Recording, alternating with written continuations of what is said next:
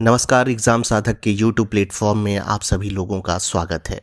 आज हम एक ऐसी पर्सनालिटी के बारे में आपसे बात करने वाले हैं जो मुख्य रूप से भारतीय मूल की हैं, लेकिन विश्व में अपना एक अलग नाम और अपना एक अलग स्थान रखती हैं। भारतीय मूल की अमेरिकी एस्ट्रोनॉट सुनीता विलियम्स और उनके साथी बुश बिलमोर स्पेसक्राफ्ट में खराबी के चलते काफ़ी दिनों से स्पेस स्टेशन में फंसे हुए हैं। उनकी वापसी के दबाव के बीच नासा ने कहा है कि स्टार लाइनर से एस्ट्रोनॉट्स वापस आ सकेंगे या नहीं, यह 24 सितंबर के बाद ही तय किया जा सकेगा। एक्सपर्ट्स का मानना है स्टार लाइनर से एस्ट्रोनॉट्स को वापस लाने में बहुत सारे खतरे हैं। आज हम इन सभी प्रश्नों के जवाब आपको देने वाले हैं। कौन से प्रश्न?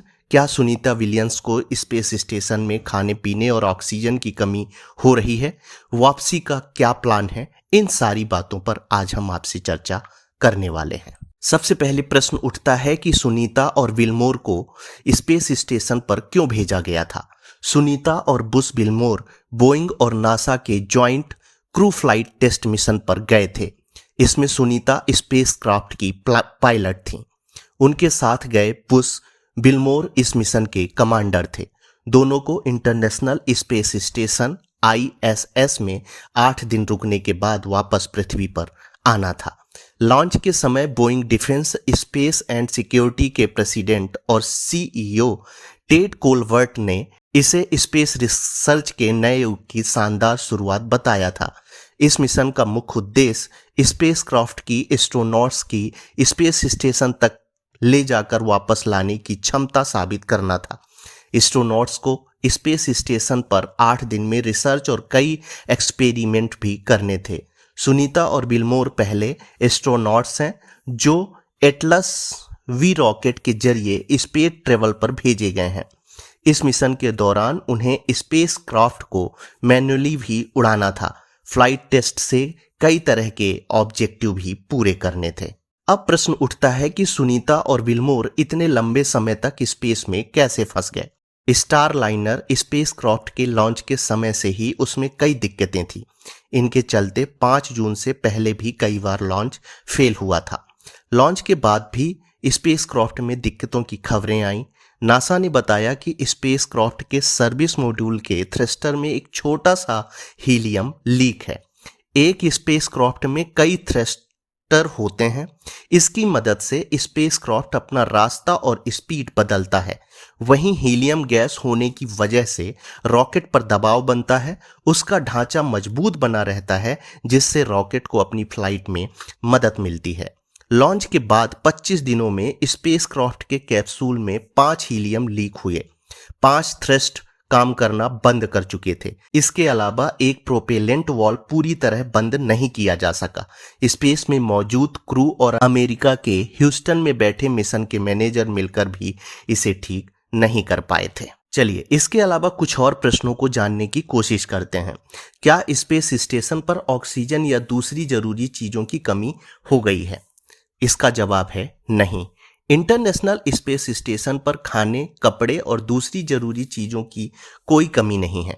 14 अगस्त 2024 को प्रोग्रेस MS-28 नाम के कार्गो रीसप्लाई स्पेसशिप से ISS पर लगभग 3 टन खाना, कपड़े, ईंधन, मेडिकल और साफ सफाई की चीजें भेजी गई थी।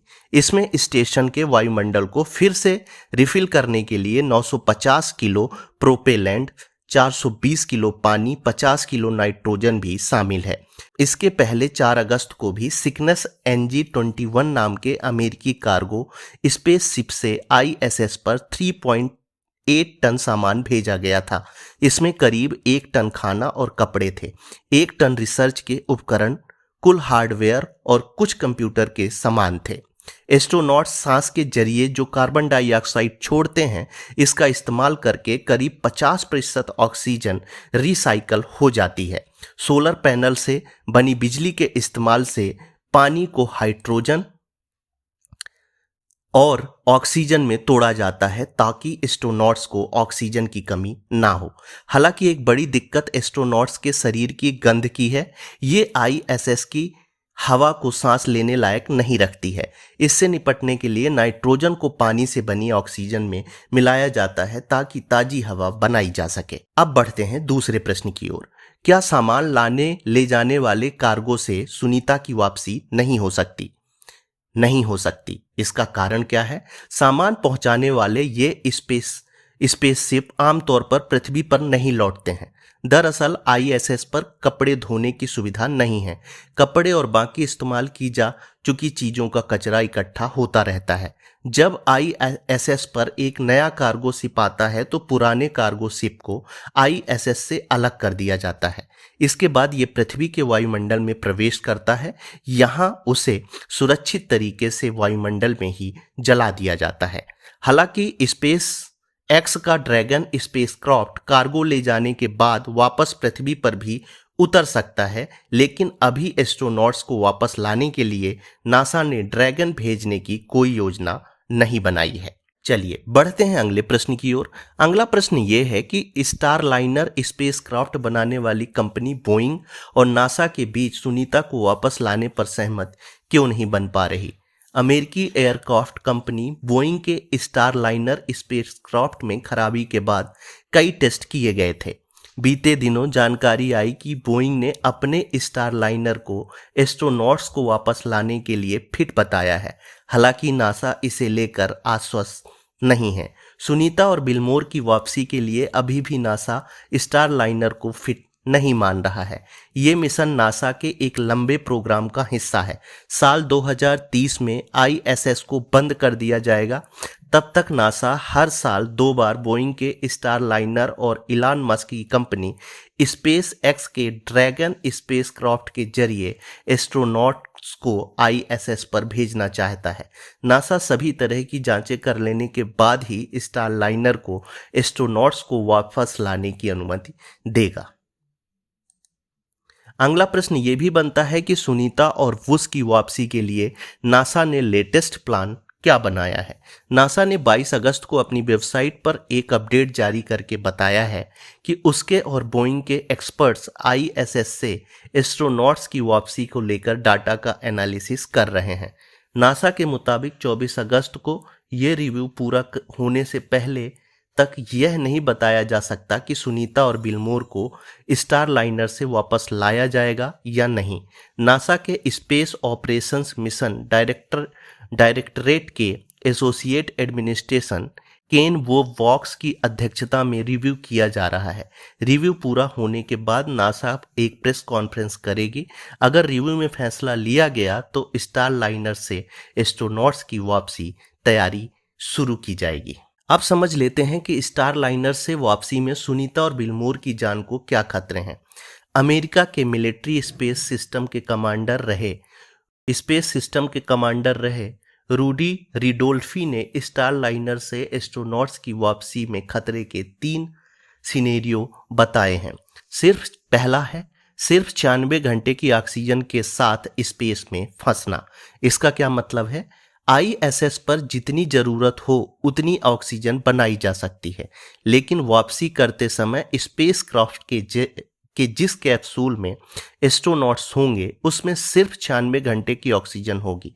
स्पेसक्राफ्ट अगर गलत एंगल से पृथ्वी के वायुमंडल में घुसा तो समस्या हो सकती है। गलत एंगल के चलते स्पेसक्राफ्ट वायुमंडल से टकराकर वापस स्पेस में ऑर्बिट में चला जाएगा। ऐसे में ऑक्सीजन की कमी से एस्ट्रोनॉट्स की मौत होने का खतरा है। दूसरा कारण बताते हैं पृथ्वी के वायुमंडल में ना घुस पाना। अगर स्पेसक्राफ्ट का एंगल गलत हुआ तो यह पृथ्वी के वायुमंडल में नहीं घुस पाएगा। ऐसे में कैप्सूल अनिश्चित समय के लिए स्पेस में ही रह जाएगा। तीसरा कारण बताते हैं स्पेसक्राफ्ट का जलकर भाप बन जाना। अगर स्पेसक्राफ्ट बहुत खड़े कोण स्टीप एंगल से पृथ्वी के वायुमंडल में घुसा तो हवा के घर्षण और उससे उपजी गर्मी के आगे स्टारलाइनर की हीट सील्ड फेल हो सकती है। इससे स्पेसक्राफ्ट पृथ्वी की सतह पर पहुंचने से पहले ही जलकर भाप बन सकता है। ऐसी स्थिति में एस्ट्रोनॉट्स की मौत तय हो सकती है। अब समझ लेते हैं कि सुनीता बिलमोर की वापसी की कौन सी 3 स्थितियां हैं जिससे दोनों को पृथ्वी पर वापस लाया जा सकता है। पहला है वहां खड़े स्टारलाइनर से ही वापसी हो। बोइंग का कहना है कि उसका स्टारलाइनर स्पेसक्राफ्ट सुरक्षित वापसी कर सकता है, लेकिन नासा इसे लेकर आश्वस्त नहीं है। दूसरा, स्पेस एक्स के दूसरे स्पेसक्राफ्ट की मदद लें। इसके लिए स्टारलाइनर को स्पेस में छोड़ दिया जाएगा ताकि पार्किंग स्पॉट में जगह खाली हो। इसके बाद सुनीता और बिलमोर वहां खड़े ड्रैगन में कुछ देर के लिए रहेंगे। अब खाली स्पॉट पर स्पेस एक्स एक और ड्रैगन स्पेसक्राफ्ट पृथ्वी से भेजेगा। इस नए ड्रैगन में सवार होकर ये वापस पृथ्वी पर आ सकते हैं। तीसरा कारण है रूस के सोयूज स्पेसक्राफ्ट से वापसी। अभी स्पेस स्टेशन में 2 रूसी एस्ट्रोनॉट्स ऐसे हैं जो सितंबर में अपना 1 साल का मिशन पूरा कर लेंगे। इन्हें लेने एक 3 सीट वाला रूसी स्पेसक्राफ्ट जाएगा, जिसमें सवार होकर ये पृथ्वी पर वापस लौट आएंगे। उनके साथ एक नासा का क्रू मेंबर भी है, यानी इसमें सुनीता और बिलमोर के लिए कोई जगह खाली नहीं है।